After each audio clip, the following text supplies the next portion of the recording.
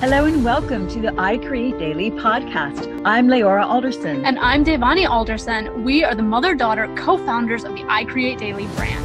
We are passionate about encouraging positivity, creativity, and productivity while bringing you information and resources that support your creative aspirations. I Create Daily is for creators in every genre of creating, from musicians to writers, crafters to inventors, bloggers to entrepreneurs. So if you're into creating anything, this podcast has something for you. So tell us, what would support you most in your journey? You can reach us at creators@icreatedaily.com. Thank you for joining us on this journey.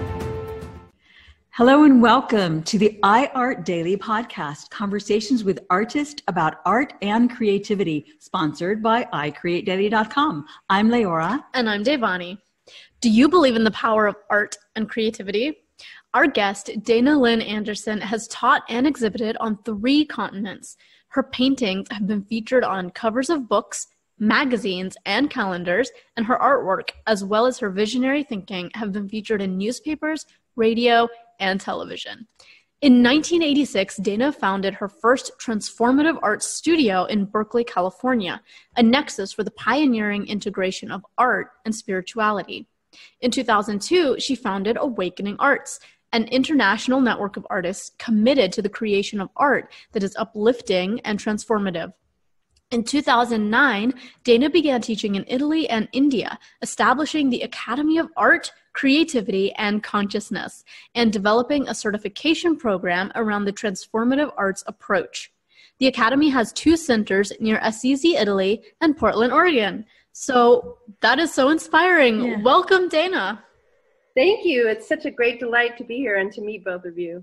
We cannot wait to share this with our audience because we have spent hours literally in awe of your work, your art, as well as your message for creators and creativity, for artists, and even those who do not think that they have an artistic bone in their body, many of which phraseology I'm sure you've heard over your career as an artist. And speaking of your career as an artist, multifaceted career, take us back to your fascinating origin story as well. Like where I started doing art.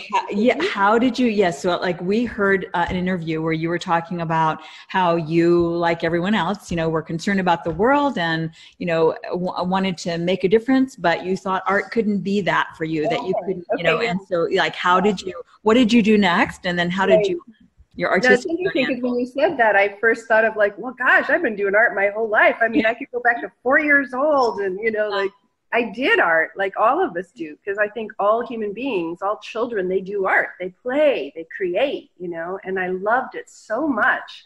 I loved the creative process. And I was also early on, I don't know, early indigo, who knows, but, or just like a lot of people early on concerned about what was happening with the world and silent spring and, all different kinds of early warnings about what was going on in our world. And I was very intent to like figure out what is the leverage point? What's the most important thing I can do to help the world? And I got my undergraduate in philosophy and my master's degree in consciousness studies. And part of that was really trying to figure out what would be the core reason we were so off track and how could we shift it and what could we do about it?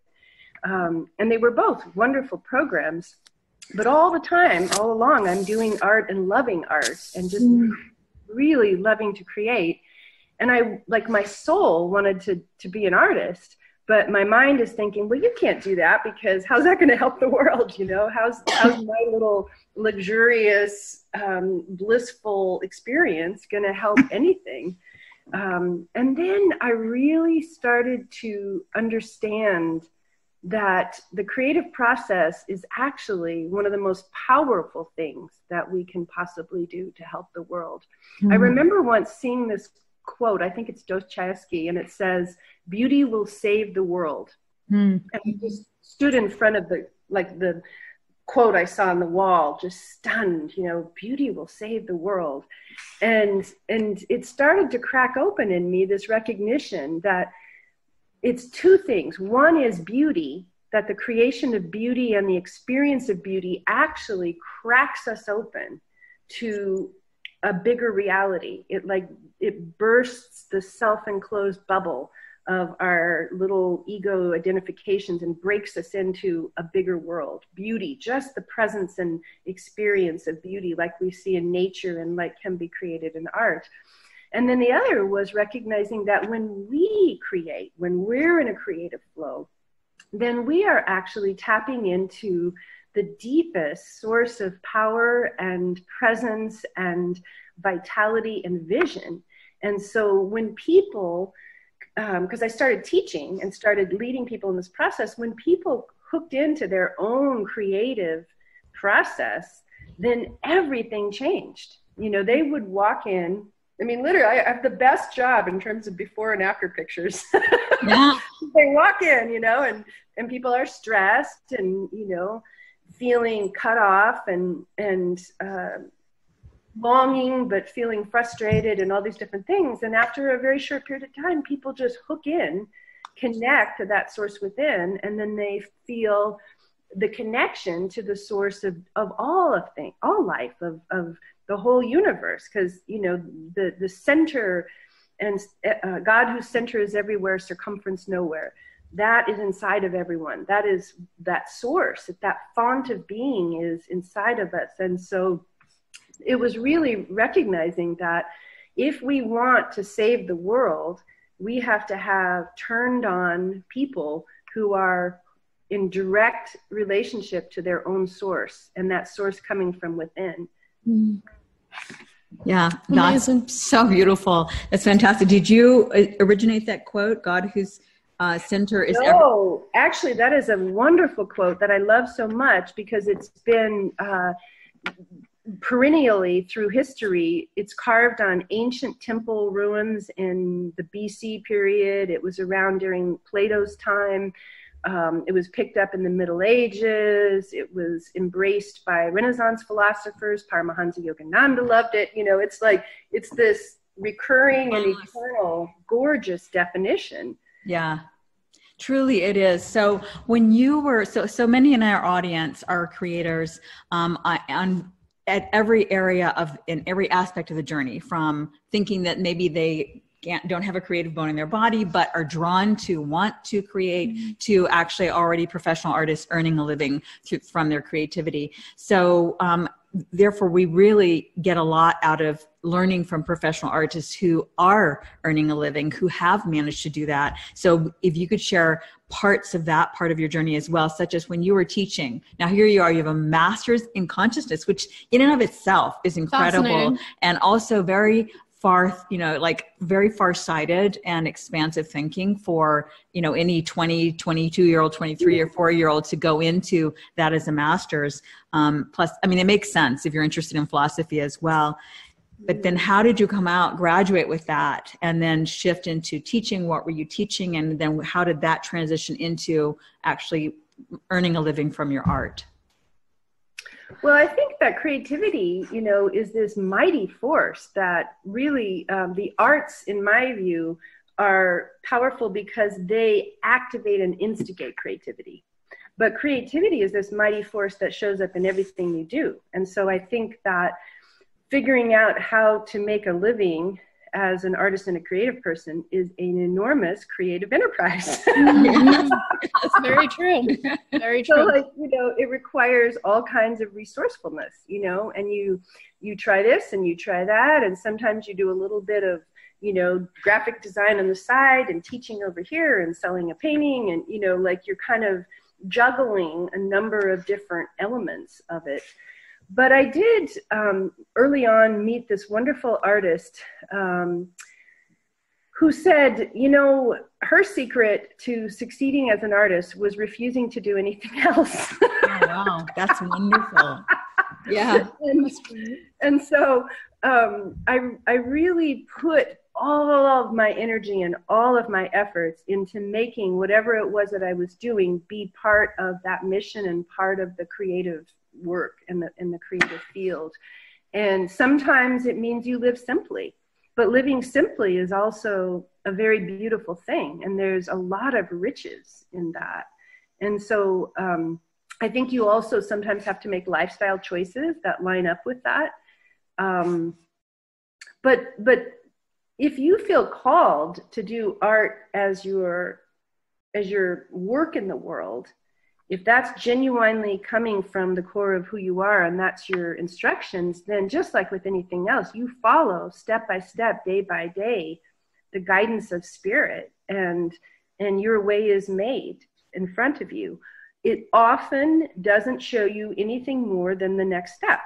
I mean, that's just part of the gig on the spiritual path, period. You know, because the mind I want a detailed outline of every step, and I want to know, like, assurance-wise that this is actually going to work out. And I want all kinds of little things in place. I want every duck in a row, you know. Right. And that's the mind and the ego and, you know, the self-protective. And the spiritual path has a lot of walking on a fairy shoestring, I think, that is very invisible, like a tightrope. I picture, you know, like a tightrope walker. You know, you can't really see what's coming, but you can feel it. You know, you can't see it always, but you can feel it. You can feel in your soul, this is right. I know I'm supposed to be doing this. And then sometimes you're not sure and you have to kind of pause and check, you know. You can't be lazy. You can't not put out energy. You can't be withholding. But if you're putting out the effort and you're moving forward with courage, your way is guided. And so there isn't really an outward world advice, because it's going to be it's going to be completely different for each person. What is their pathway to making a vibrant life and a self-sustaining life is going to be different for each person. But what's the same is following your inner guidance. That's excellent. So many things come to mind as you were talking, one of which is the concept of simplicity, and how basically a lot of what you were talking about is recruiting creativity to be a part of your life in whatever capacity. So not just in the art that you're creating, be that writing or cooking or painting or whatever else, but also creativity in the arrangement of your living space and the incorporation. Absolutely. You know, if you love the woods, but you're in an apartment somewhere, what you can certainly do is bring in a lot of plants to be family members for you. You know, you can bring in beautiful things and without a lot of expense. You know, even a candle in a holder is a beautiful thing, kind of thing. So that makes so much sense. Also, can I just jump in there? Please. Yes. Because sometimes it's really, I think a lot of it too is continuing to think outside the box. So for instance, I'm in the Bay Area in my 20s, and one thing I love is body work. I love getting massages, and they're expensive, right? Yes. Like, okay, I don't have any money, but I want lots of massages. What should I do? And it occurs to me, go around to the massage schools. And I did, and I signed up to be a body at the massage school, which meant that I went to a few demos where the class, you know, you have to be a little uninhibited, right? But then every one of them has like thousands of hours worth of body massages that they have to get done. And they're like, can I give you a massage? Can I give you a massage? Wonderful. Yeah, that's amazing. That's excellent. So that's an example, you know, like getting the what you really want, because we put in our mind this thing that here's what I want, but in order to get it, I need money. Mm-hmm. And so then we get focused, I need to make money. But a lot of the world, not that you can live without it, but a lot of what you want what you want to experience in the world can flow to you if you pay attention to the experience you want, not the means to get it. Right. You mentioned in one of your videos that we were watching before this that creativity and art, the way we've been thinking about it in society has been like art is reserved for a specific class of person. And yet creativity it's almost not fair or not right that creativity and feeling and emoting and expressing that is reserved for just a few people. What would you tell artists or people who don't even think they're artists yet, or creators of any kind yet? What would you tell them to start building that courage to take a step or to move forward on their path? Great, thank you. I would say, of course, that absolutely every person is a creator. every person is an artist. Well, think about it. Every child is. You go back. A 4-year-old, if you hand them crayons, they do not need you to explain to them what to do. If you put on music, you don't have to show them how to dance. Actually, the blockages come later when you go to school and they say, well, this is how you draw and this is how you dance and this is what it looks like. And then you're like, oh, I didn't know. But innately and instinctively and intrinsically, every human being is a creator. Every human being is capable of dancing and singing and picking up clay and playing with paint and doing anything creative. It doesn't have to be a beautiful, perfect product. You know, that's the thing that we have in our head. And in fact, like what you were referring to, we have this idea that the artist is the person who can copy well. By 4th grade, the person who can make the pretty picture look like it's supposed to look. Oh, look, they're a good artist. And everybody else was like, I guess I'm not, you know? Yeah. It's decided early on who is the good artist. But art is something that, I turn it totally upside down for me. Art is something that triggers creativity. And creativity is instinctive and innate in the human being.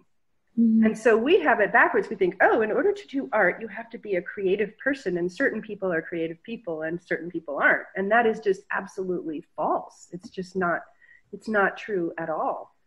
And so I actually feel quite passionate about it because I think it cuts off so much. The creative life is a vital life, a courageous life, a fulfilled life. The person, the human being is flowing forth the sap of life force through their body and being when they're creative.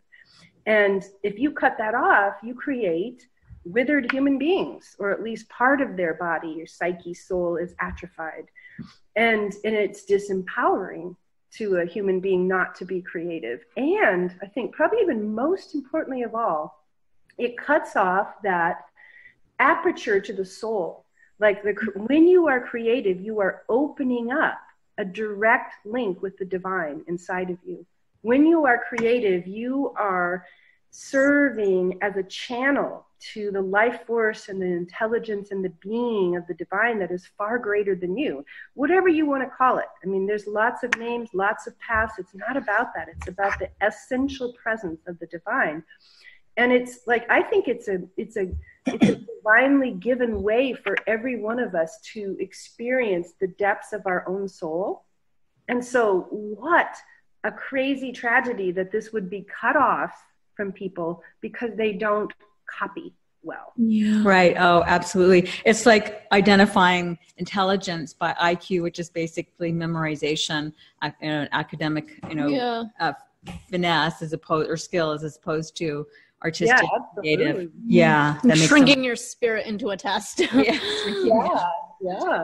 Test tube. That's right. So take us back to when you started teaching. Now you're out of college, you started teaching. What kind of teaching were you doing? Well, let's see. After I got my master's degree in consciousness studies, and I pretty much went straight through, I went undergraduate philosophy, master's in consciousness studies. I opened with some fellow students, Heart Core Studio, like core of the heart. And that was in Berkeley area. And we renovated this big, huge old pipe organ factory with wood floors and brick walls and skylights. And it was amazing. It was really cool. And we just started, all of us doing, multi-modality, different kinds of work. We had some body workers, we had some artists and creative people, and I kind of started that studio, and it was the first of several studios that I've had. So I taught out of that, but also collaborating with other people who were teaching out of it. And we were able to really have a beautiful creative space where lots of different kinds of activities could happen.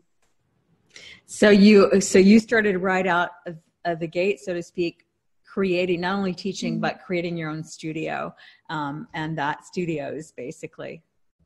And creating with others who were doing similar work. I mean, like, one other thing you could say besides follow your own intuition is look around and connect with the other people who were doing the same thing, because everybody who's sort of turned on and following their own intuition is together able to co-create and collaborate and really quickly and easily go forward. Because when you're following your intuition and someone else is following their intuition, and you're all really seriously, like sincerely and humbly seeking divine guidance, then synchronicities happen. And there's an intelligence that can pulse through not just you as an individual, but through the collaboration of many individuals. And that makes miracles. That's just absolutely.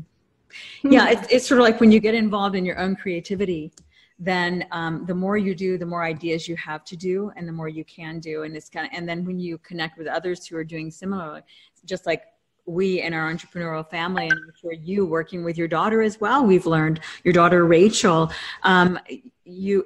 creativity is multiplied again, because you have these conversations that happen spontaneously, some meetings, sure, we have meetings, but generally meetings. Yeah, exactly. But generally it's more spontaneous, like, as things unfold. So, which is how creativity works. Creativity isn't like, between, 6 a.m. and 12 p.m. you're going to make this thing. It's more just like, here's an idea. I hope you're ready to do something with it. Yeah, right. Exactly. It's a living flow. It's alive. Yes. It really is like, it's like prana, it's like kundalini, it's alive. It's this vital force. It's not an abstract cerebral, concept. How would you explain or talk about the connection between creativity and consciousness? Well, I think creativity absolutely expands the normal human and the normal state of the mind, and pushes you outside of the mind as a limitation, because the mind is a wonderful thing, but it's mostly a wonderful thing when it's in service and right relationship with the larger identity of your being, which includes soul and heart and spirit and these other levels. And so creativity, when you've activated and you are now a creative being, allowing that force to flow through an ever increasing large aperture of your being, then your consciousness is absolutely expanded and refined also. And it sets you on the evolutionary path for increasing expansion of consciousness. And in fact, you could look at it another way. One of the hallmarks of ever increasing expansion of consciousness is increased creativity. They really work hand in hand. Like, as you become larger in your perspective and have a greater sense of who you are, then you have much more sensibility around your creative capacity. And so I feel that creativity nourishes it. It can. I mean, kind of back to how art is taught in school. Art can be taught in school in such a way that it closes people down. The contemporary art world can have shows of absolutely horrifying work that is justified through this real cerebral tradition that comes out of, postmodern thought that can really be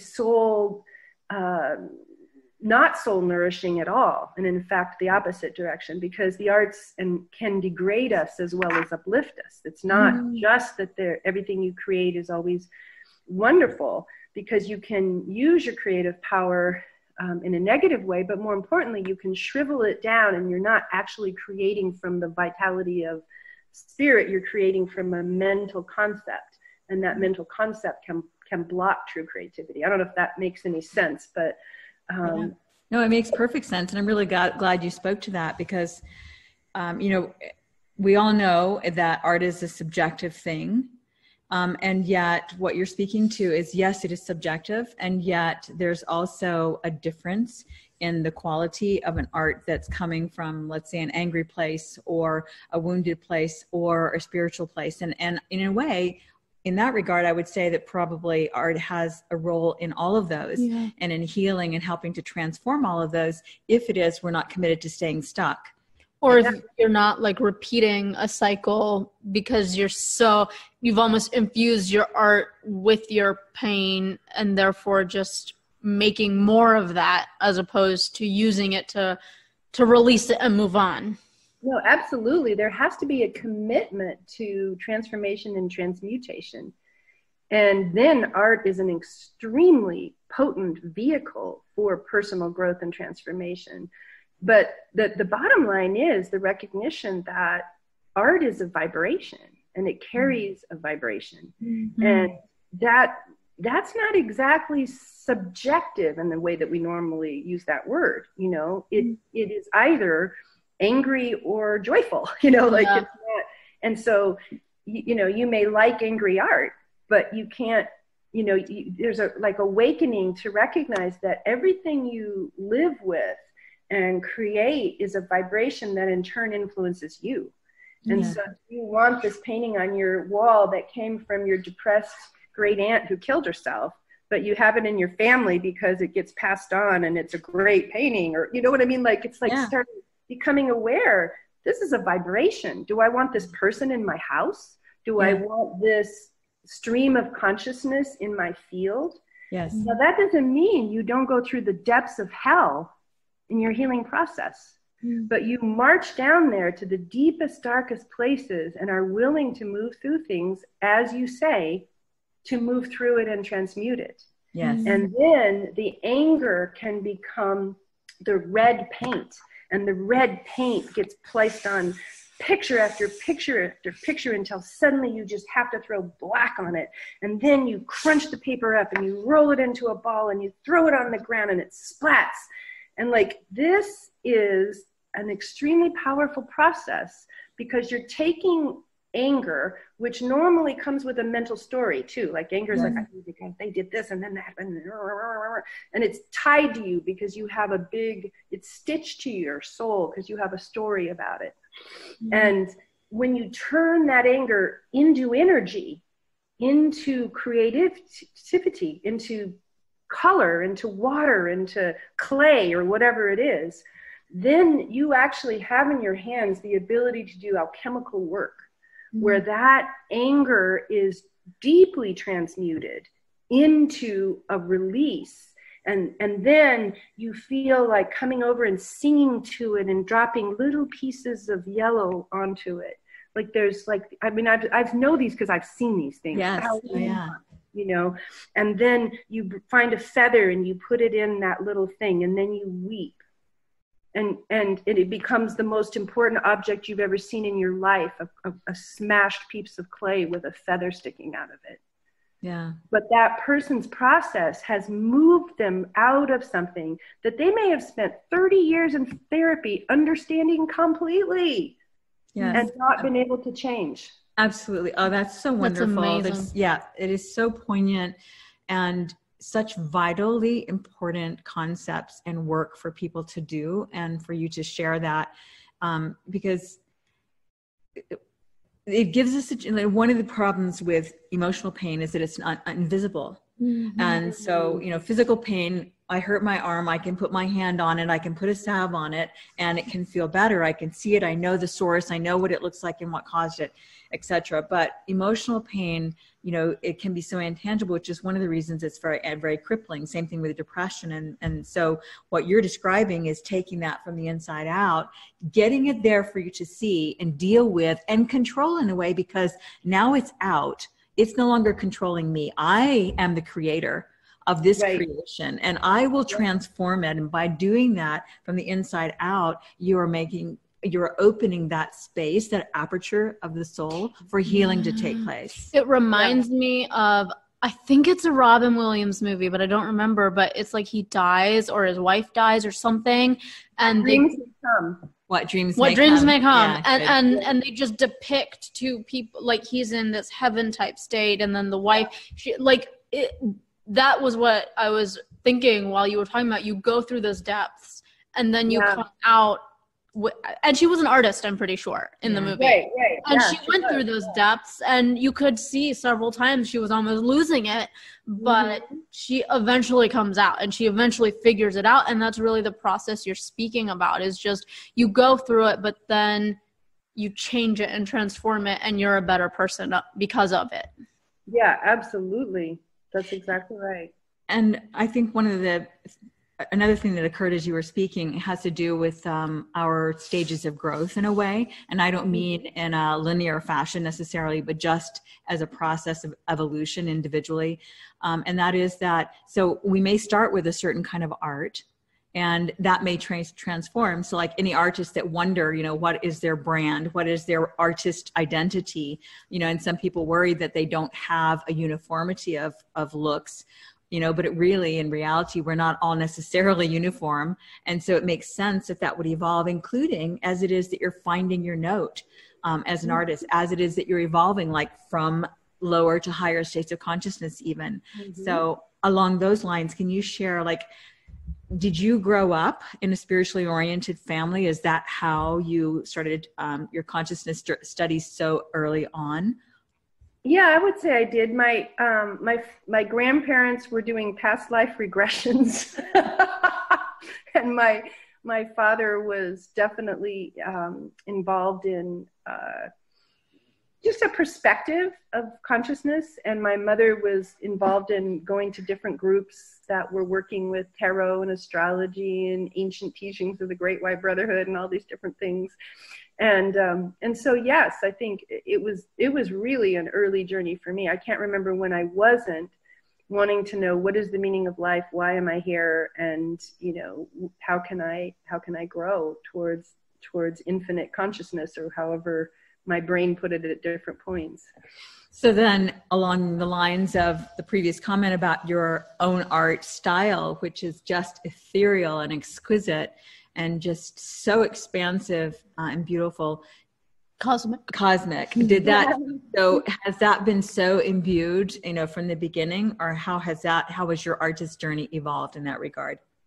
Well, I think that, again, that's back to that sense of origin, originality, and authenticity. Like, if you are coming from your own deep origin, then your work evolves and changes, and you go through different, maybe cycles with it.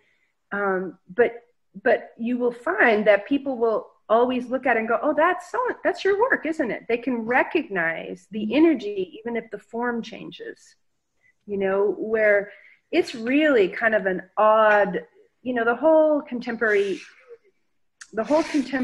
art and gallery scene, museum scene, in my view, is still locked in the older paradigm that we're moving out of.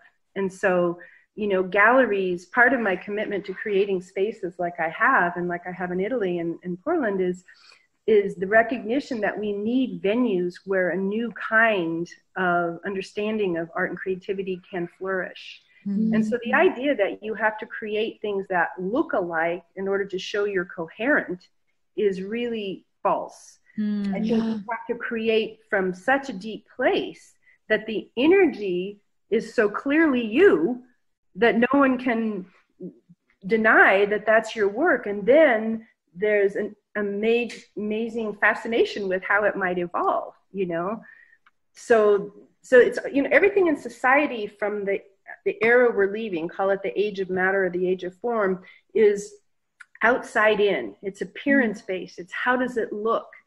And we are entering into an age of energy, I believe, where it's inside out. Yes. And the forms are going to be constantly changing. I mean, we are in a period of exponential change. There is no slowing it down.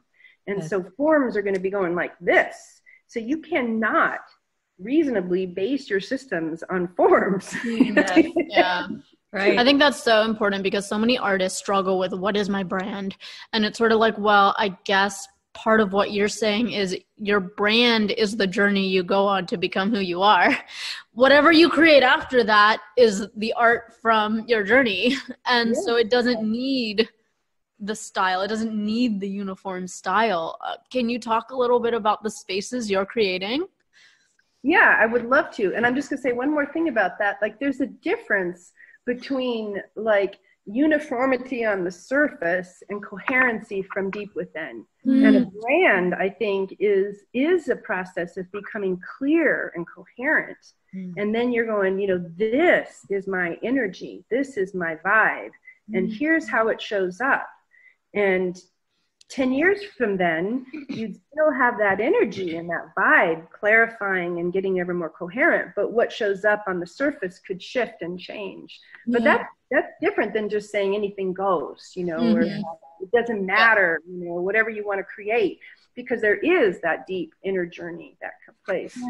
So to the places, I'd love to speak about that, because I believe in the hive. I believe in the nexus. I believe that if you create environments where there is like a field, like a shimmering field of potentiality, then you don't have to do much of anything but walk in the space, you know, like it creates this energy that draws up and out of you the creative flow.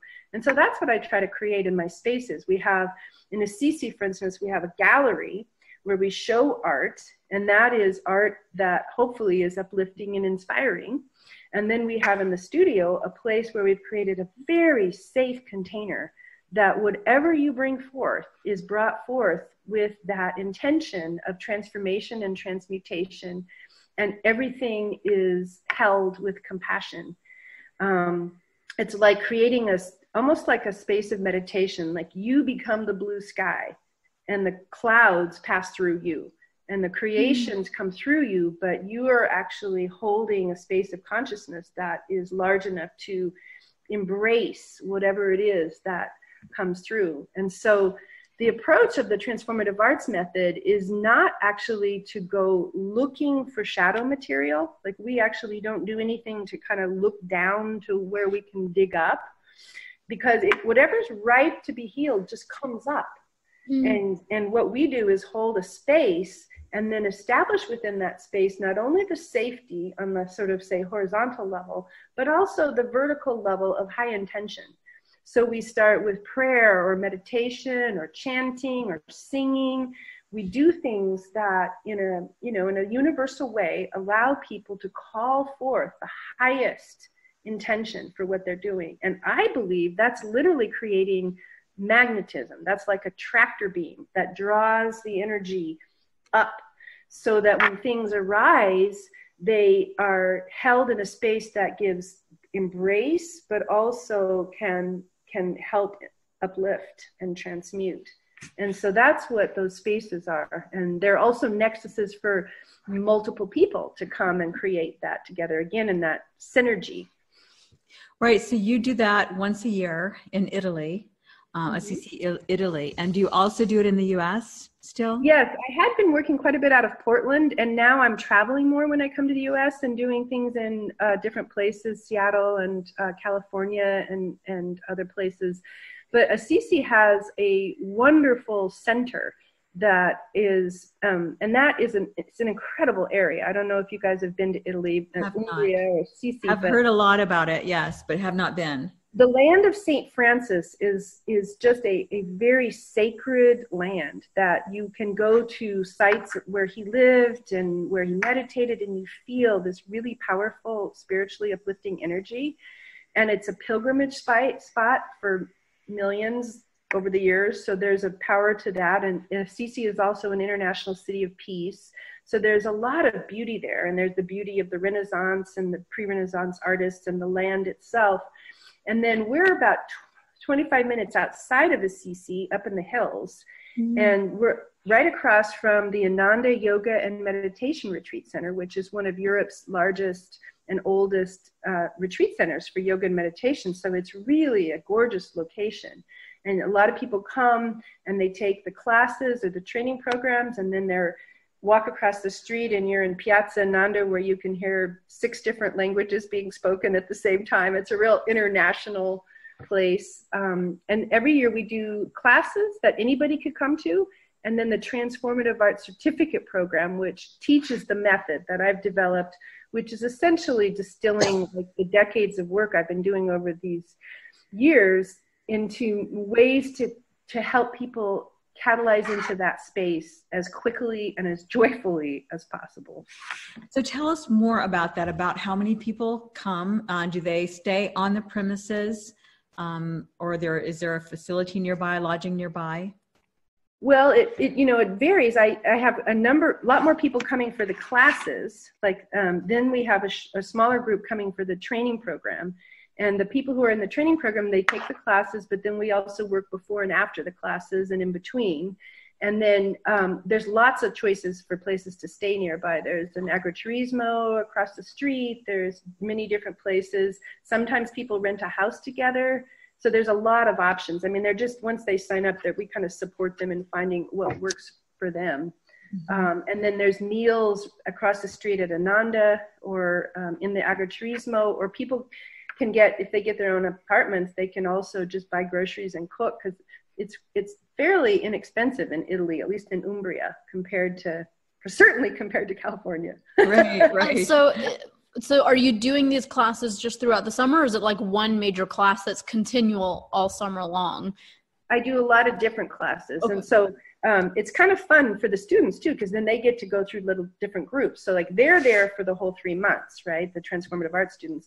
And there might be a weekend course and there's 16 people. Then there's a 5-day course and there's 10 people, and on throughout the summer. And different people are in these different courses. So they get to watch, not only get the different content of the different courses, but watch how it happens when a whole group of people comes in, they go through an experience, then another group of people comes in, they go through an experience.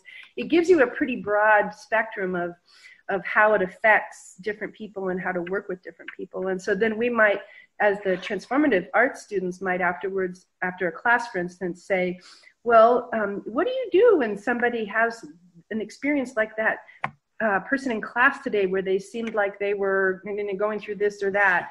How do you address that? Or how do you know what to do when this happens? And so you kind of get like facilitator guidance that you wouldn't get inside the class. Awesome. Yeah. So about how many typically go through to be certified, your certification program? It's summer. It changes, but I would say maybe 6, 8, 10. It's a small group, generally speaking.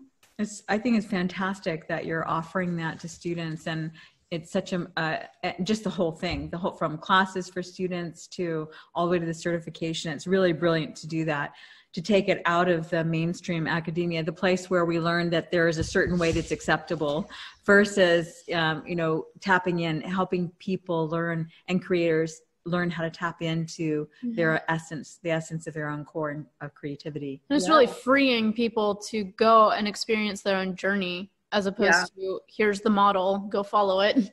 Yeah. Also, one thing I wanted to say there too is that, like in the beginning, several of my students came and one was on her way to an art therapy program in France, and another was signed up for an art therapy program in England.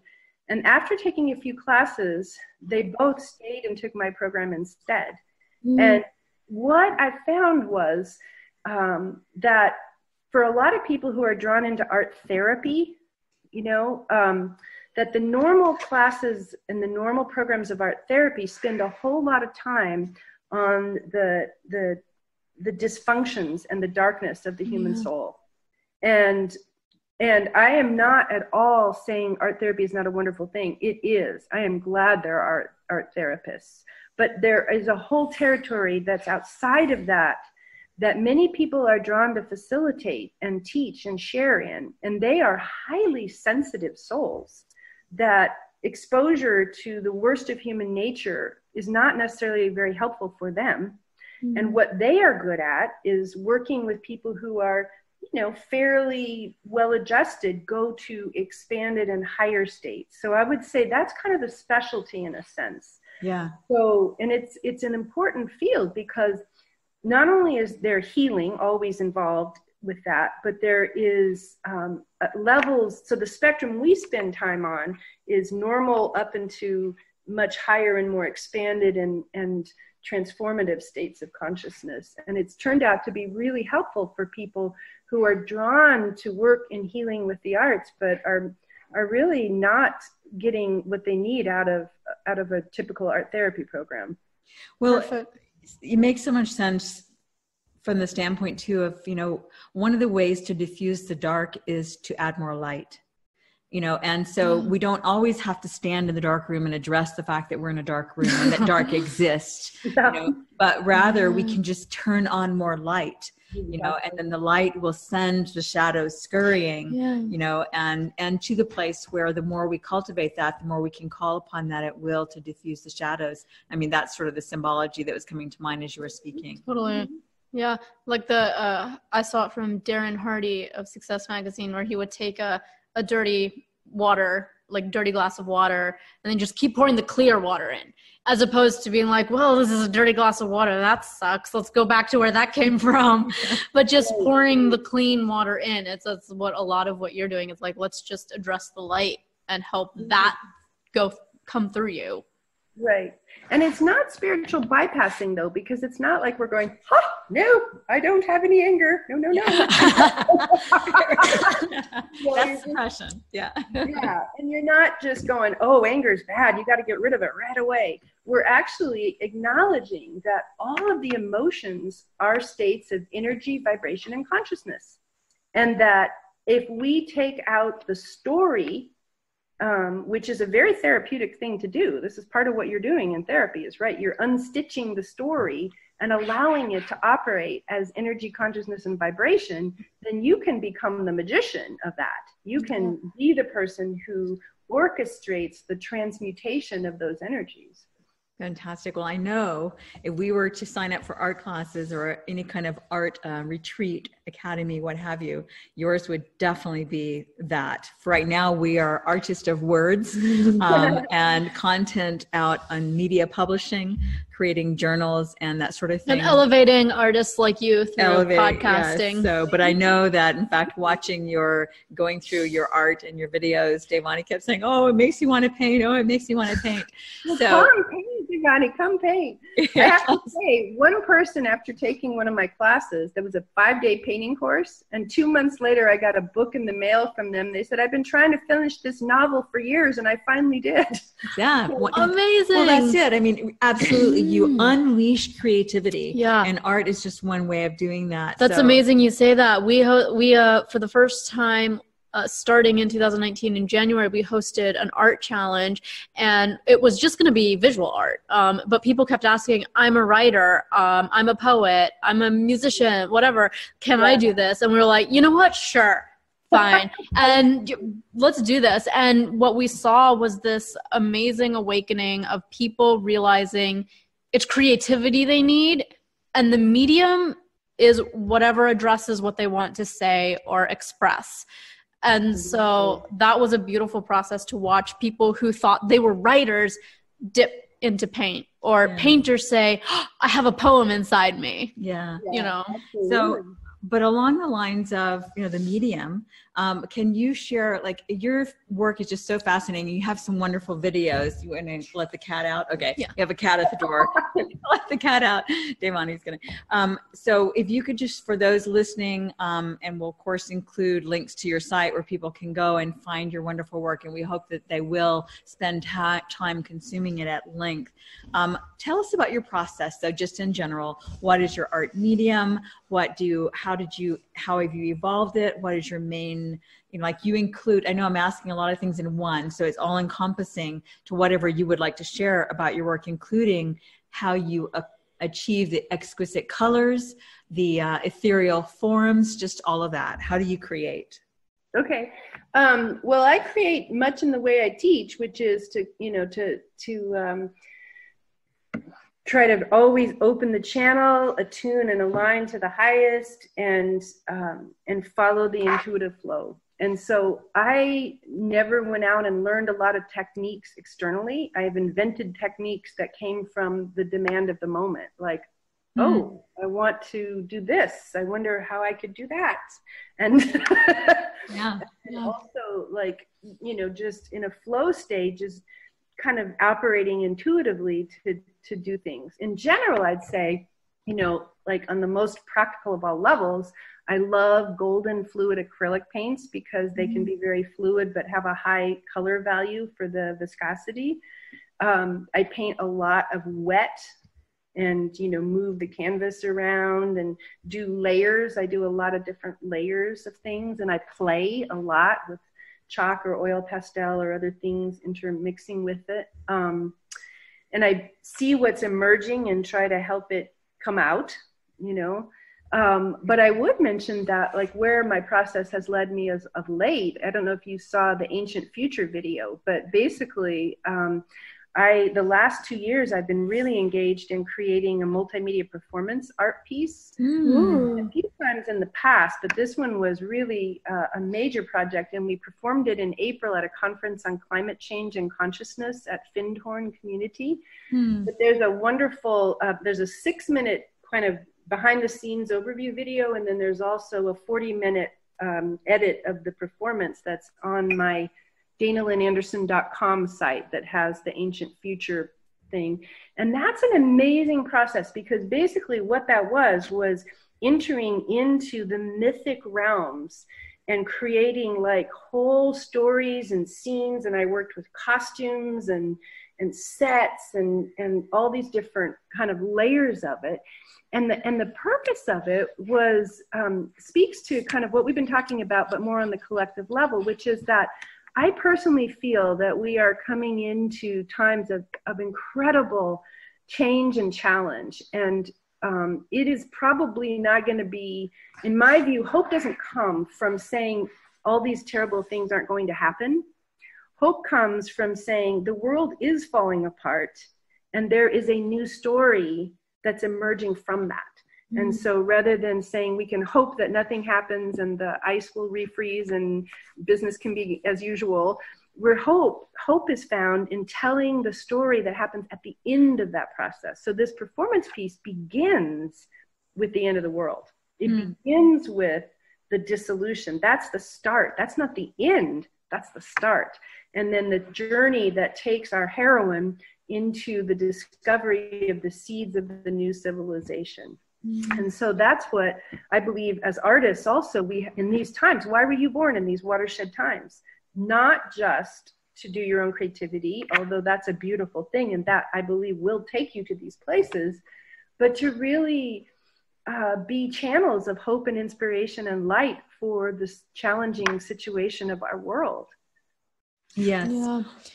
Go ahead. Sorry. It just reminded me of the Joseph Campbell's hero's journey of just starting at this point of maybe you're unsure, you don't know what's going on in the world, it's too overwhelming, to just taking that journey and realizing there's an end and the end is a new beginning type thing where we spiral up and evolve. Yeah, absolutely.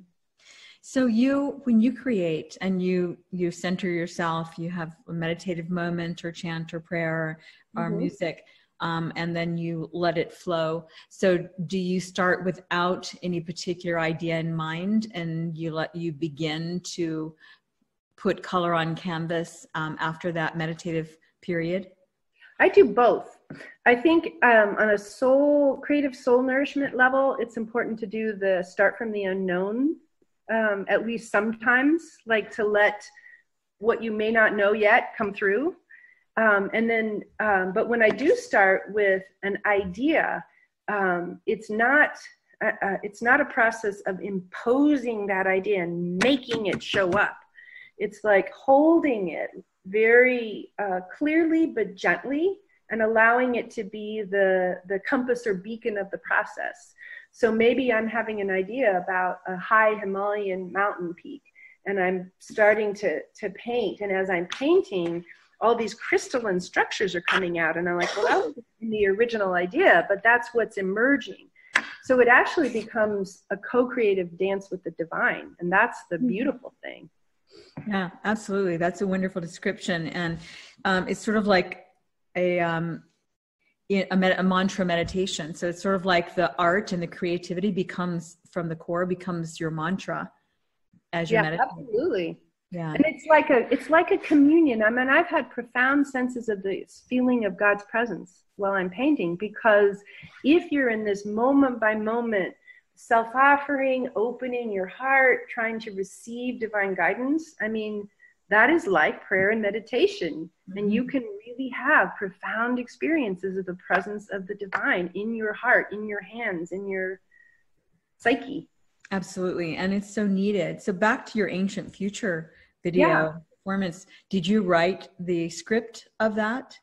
as Yeah, well? and in a similar way, like to me, the costumes, the words, the dance, all these things came out of that same process. And then it was theater is a collaborative process. So, then other people came in who brought their ideas and music and dance, and we started to become more of a synergy and a collaboration. Oh, that'd be wonderful to see. Yeah, I would love to hear what you think after you see it. Okay, yeah. Definitely. We will share that, and we'll definitely link that in the show notes as well. What comes to mind is, so transformation is always challenging. But for the most part, I shouldn't say always, because there are always exceptions, but in particular, transformation from lower to higher forms. So, it's as if planetarily we're in the chrysalis, we're going from the caterpillar, we're entering the chrysalis, and we're to emerge the beautiful butterfly of, the higher aspect of what we can become. Yeah, absolutely. And you have heard the story, haven't you, of the imaginal cells? In that process? Okay, so this is beautiful. So in that process, the caterpillar actually completely melts, right? Dissolves utterly. They become goo, right? Their form dissolves. And in that goo, in that gel, there are what are called imaginal cells. And they are cells that are like of the new form. But at first, the old form is reading them as viruses, or, these are foreign cells because they don't fit our current conception. This is totally not caterpillar. And so the immune system starts attacking the imaginal cells. Wow. But what happens is at a certain point, the imaginal cell becomes the stronger orientation, and the building of the next structure is in alignment with those cells and the intelligence they're carrying. And I love that image, because all of us as visionary artists are imaginal cells in our culture right now. Yeah. We are holding visions of what can be. And it doesn't always fit the old system. Like you were saying earlier, the poor person, like, well, your artwork isn't consistent. I don't see 2 pots and a woman in every piece here, or, and it doesn't get understood. Yeah. And another analogy that I love that's similar to that is just that in any given system, things that don't fit are perceived as noise. This is dissipative structure theory by Prigogine, that, it's just received as noise, and the system tries to turn it off or tune it out. And at a certain point, the noise becomes so overwhelming that the present system collapses, and the noise bombards the system. And at that point, there's actually a choice point, because it can dissolve the system and fall down to a lower level, because all of the intelligence just gets lost, or it can reconfigure at a higher level, and everything that was previously considered noise becomes information. All of it was information all along, but the system could not perceive it as information. Right, especially when it is closed to evolving, to going up that next turn of the spiral. It's sort of like a caterpillar looks nothing like a butterfly, or nothing like the chrysalis or the cocoon. And yet each stage, so it's like if we are, and that one of your videos, there's something you said, let's see, I don't know if we have it handy. I quoted it here. Let's see, do you have it? Let's see. It's something about the way art basically informs us more of the future than the past. Yeah. Absolutely. Yeah. Whoops. One of the only places in our whole, spectrum of culture where we're actually receiving information from the future. And we are in a time period where we can't afford to keep getting our information from the past, because it didn't work in the first place. And exponential change means that it's outdated. Most of it. We have to start pulling in our visions and our information and our guidance from what has not yet existed. Right. And that's the specialty of the artist.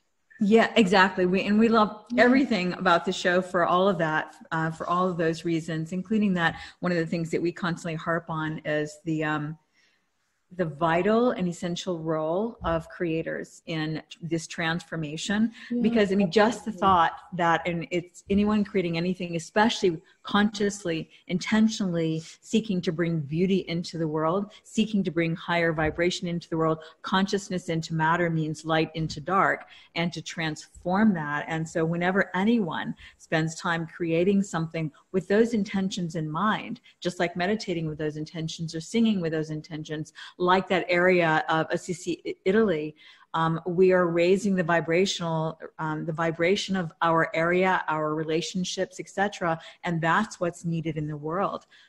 Absolutely. Absolutely. Well, this has been so wonderful. Do you have any other thing before we close? Yes, a couple things. We do have a couple closing questions that are a little more like a rapid question answer. One of them is, do you have a daily creative habit or structure? Or I would say a daily self-offering and opening. And what does that look like? Is it more meditative? It could be different things. Like, yes, I do yoga. Yes, I do meditation. Yes, I do creative work. And I don't function that well with at 9 a.m. I'm going to do this for 15 minutes. I'm not fed and nourished by hyperstructure. So I have more like continual intention and commitment to be working with self-offering and opening the channel. But I use lots of modalities for that. Okay. Well, that's really on brand with what you stand for and represent. Living intentionally, yes. Yeah. And we love asking this question. What is your future vision of your work, your art, your creativity? What's your plan just in the future? Okay. Well, I thought you said short. No, well, take your time. So I'm working on developing more transformative arts teachers so that can go on without me. And, I can special guest in the meantime, but have more and more people teaching that method because I think it's really valuable. I'm working on a book, which I hope to have finished by May of this year. It's on art, creativity, and consciousness, and title. May, do you mean by May of 2020? Yes. Okay. Mm-hmm. Yeah. Yes. Thank you. You're already living in the future. So. Yeah, I'm going to be done with it soon. It's behind me. Yeah.